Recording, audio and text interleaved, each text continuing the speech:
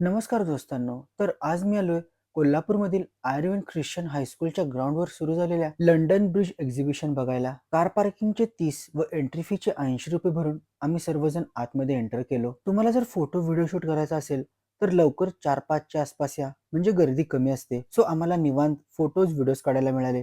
ब्रिजवरून पुढे आल्यानंतर असा टनेल आहे, असं वाटत होतं एखाद्या मेट्रो स्टेशन मध्ये चाललोय. खाली आल्यावर शॉपिंग स्ट्रीट सारखं डेकोरेशन केलंय. इथे बसायला बेंचेस आहेत आणि बॅकग्राऊंडला असं वाटतंय की शॉप आहे. कॉल करण्यासाठी एक टेलिफोन बूथ आहे जे थोडंसं खराब अवस्थेत आहे. डिझनीलँडच्या फायर विंग सोबत उडण्याचा प्रयत्न करत होता बबलू, तर गाण्याच्या तालावर फुल ऑन धमाल करत आम्ही पुढे जात होतो. एका ठिकाणी मिकी माऊस दिसल्यावर त्याची पोज कॉपी करण्याचा प्रयत्न केला. इथे वेगवेगळ्या प्रकारचे मॅन्शन्स होते.